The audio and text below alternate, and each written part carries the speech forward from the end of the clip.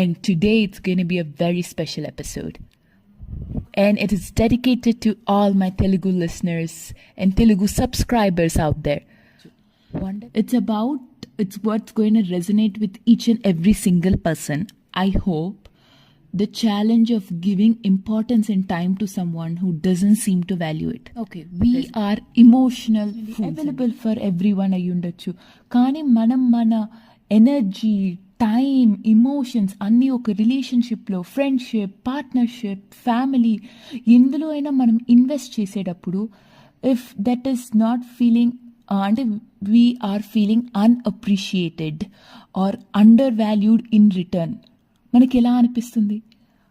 ఇలాంటి emotionally draining అనిపిస్తుంది, challenging sometimes.